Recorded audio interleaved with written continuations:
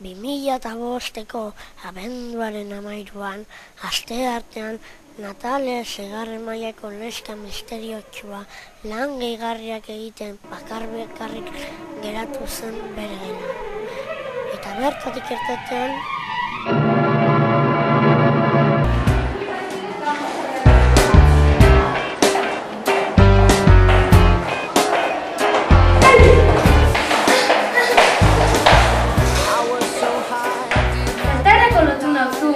oso erantzun logikoa.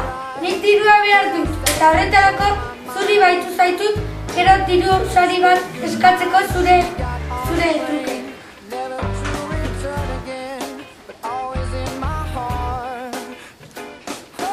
Bai esan?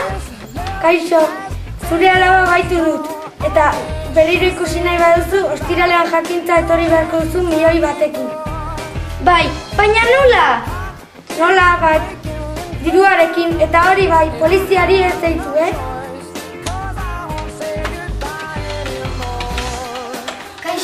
Kaixo, begira.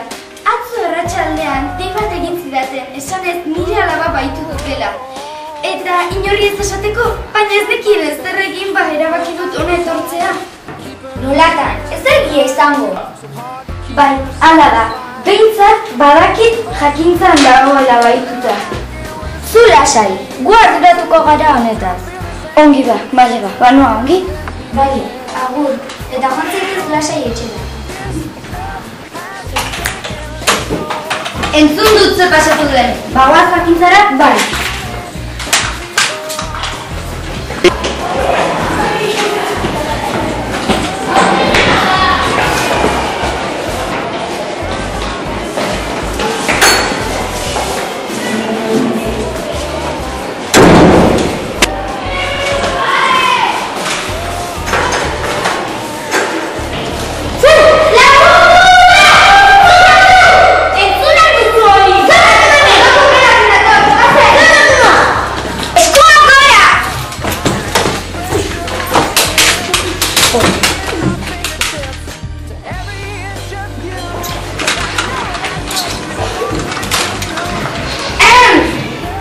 Bai, esan duzu jakin nahi nor izan den baitzailea. Bai, noski.